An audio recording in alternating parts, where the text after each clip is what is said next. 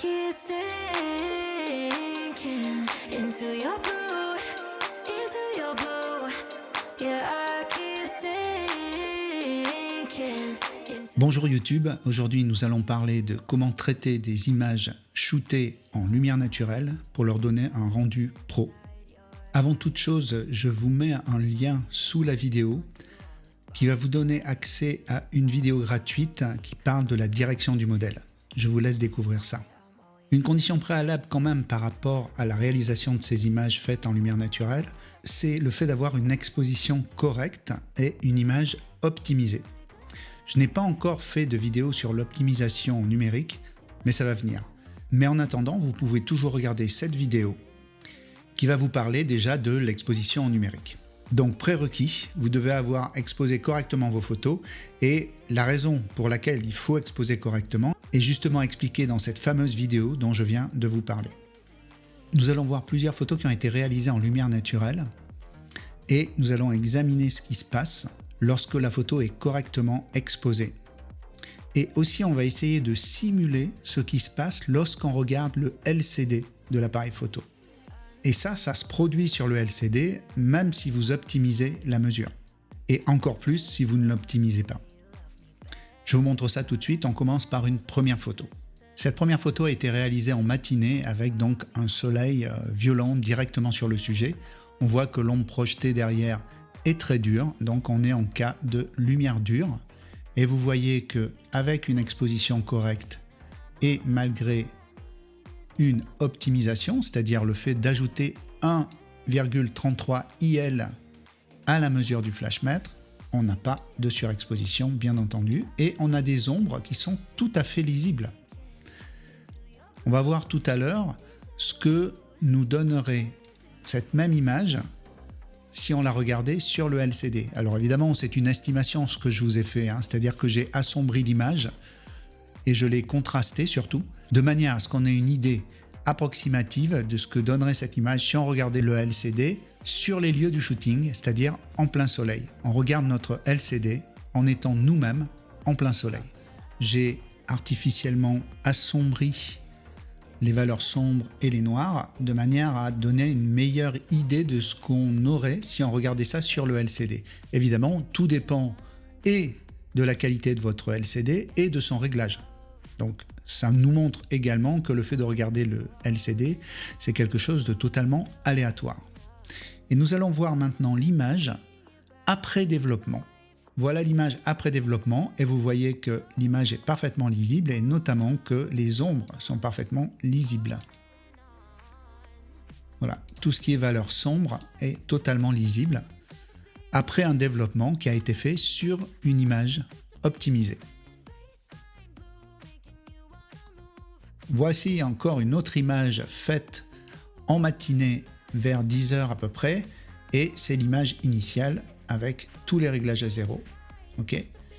Et donc on voit que oui c'est un peu sombre, ce qui est plutôt normal puisque la partie du corps, le dos est en contre-jour, mais on voit qu'on lit parfaitement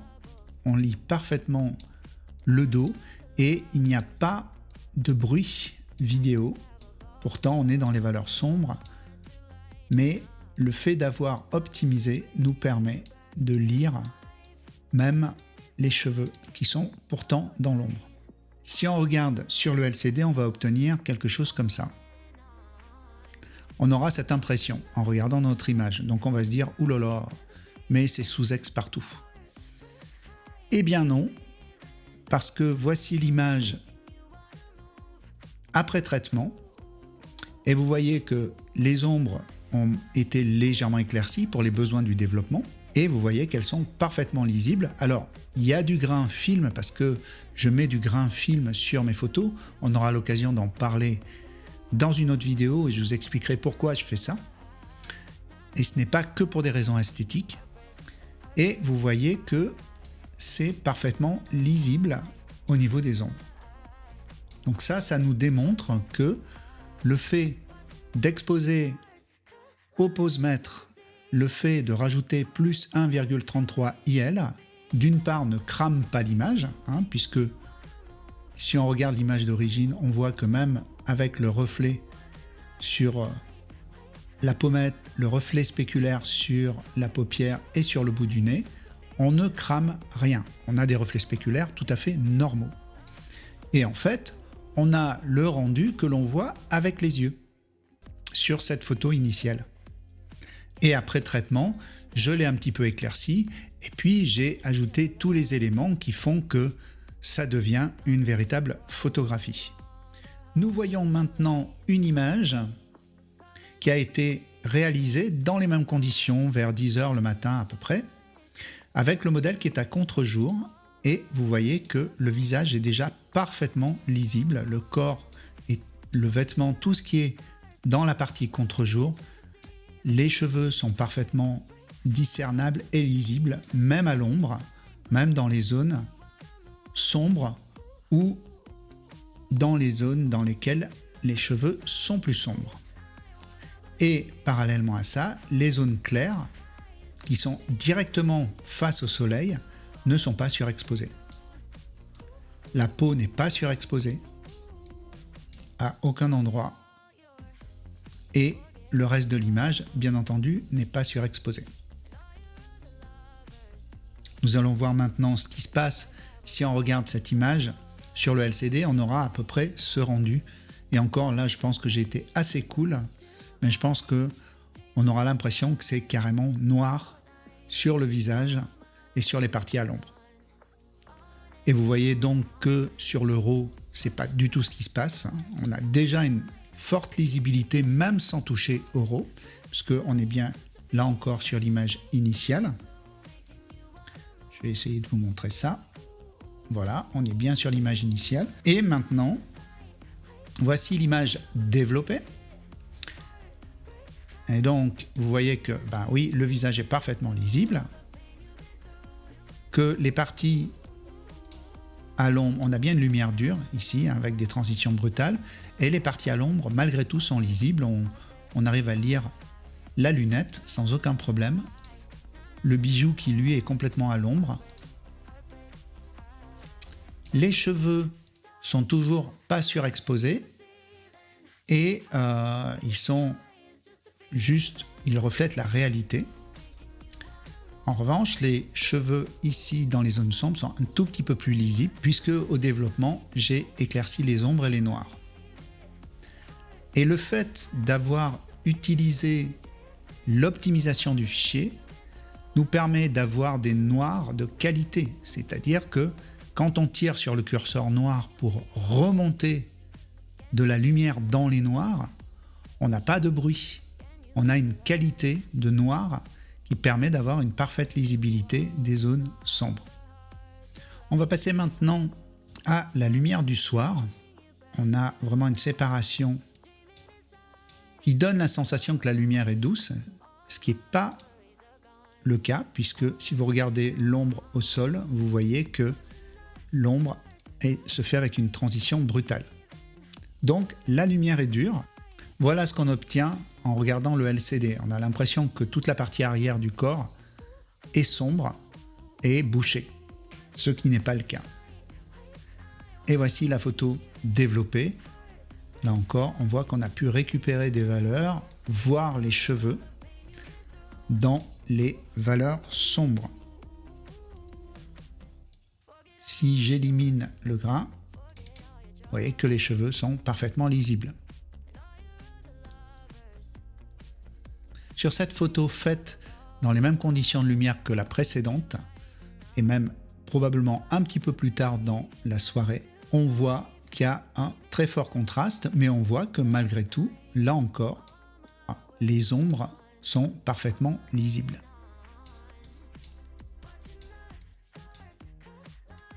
On a vraiment une très très bonne lisibilité des ombres. Voilà ce que l'on voit lorsqu'on regarde le LCD, parce que les yeux étant aveuglés par la lumière ambiante, ils s'adaptent, et lorsqu'on regarde le LCD, on a l'impression que c'est comme ça dans la réalité, alors que voilà ce que donne le fichier RAW, juste développé de manière initiale, et on voit que c'est bien les réglages de base. Et maintenant, voici la photo après développement qui a exploité donc la lisibilité des ombres de manière à obtenir quelque chose qui corresponde à ce que je voulais au niveau du développement. Donc, on conserve l'ambiance du soir. On voit que c'est pas fait en pleine journée, mais on gagne un tout petit peu en lisibilité sur les visages, tout en gardant donc la caractéristique de cette lumière du soir. Vous pouvez voir donc que le fait de mesurer au flashmètre ou ici au posemètre et le fait d'optimiser à plus 1,33 IL l'image, non seulement ne surexpose pas l'image, mais surtout ne sous-expose pas l'image. Et en plus, ça rend vos ombres beaucoup plus riches et vous pouvez tirer sur les curseurs d'ombre ou de noir sans risquer de faire monter du bruit vidéo. Et en plus, vous n'allez pas avoir besoin de tirer comme un malade sur les curseurs. Vous allez voir que votre fichier répond très très bien. Il a une manière de répondre très subtile. Pourquoi ? Parce que le fichier a été échantillonné à des valeurs supérieures et donc il contient beaucoup plus d'informations. Ce qui fait qu'une action sur le curseur va être beaucoup plus subtile puisque pour un même parcours de curseur, en quelque sorte, vous avez beaucoup plus d'informations. C'est un petit peu comme si la résolution de votre curseur était multipliée par 2, au moins.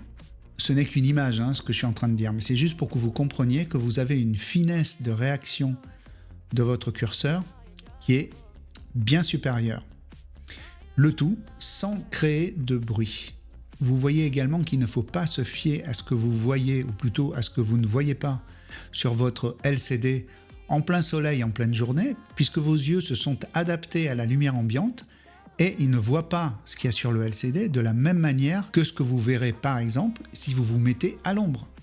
Si vous regardez votre LCD à l'ombre, vous verrez que, tout compte fait, les ombres ne sont pas si denses que ça.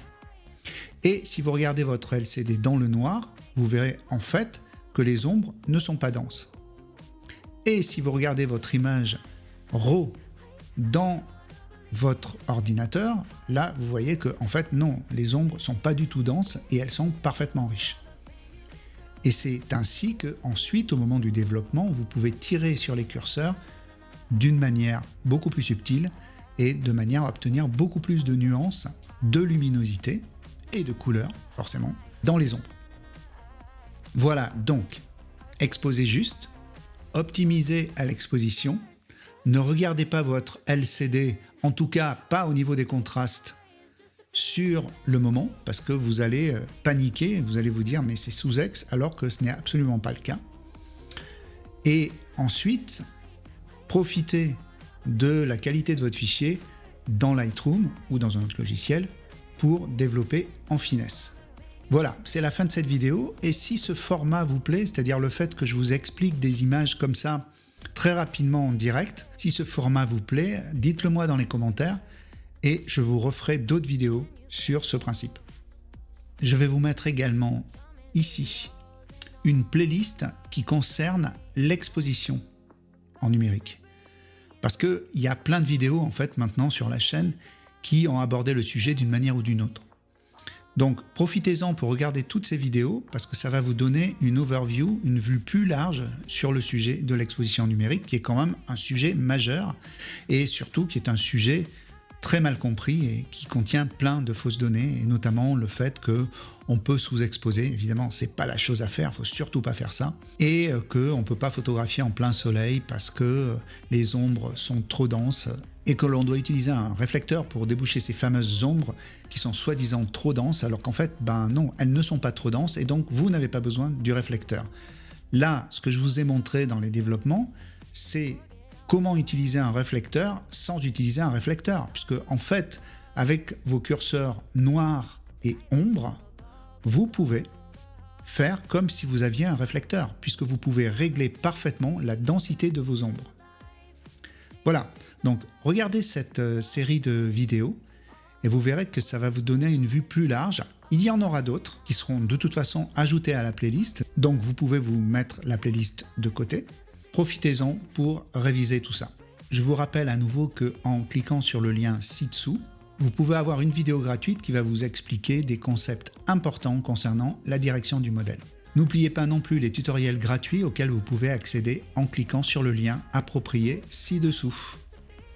Voilà, c'est la fin de cette vidéo. Bien entendu, vous pouvez lui mettre un like si vous l'avez aimé. Et je vous conseille très vivement également de vous abonner à la chaîne afin que vous puissiez recevoir les notifications concernant les nouvelles vidéos qui arrivent sur cette chaîne. Donc, c'est tout pour aujourd'hui, mais surtout n'oubliez pas, restez frais.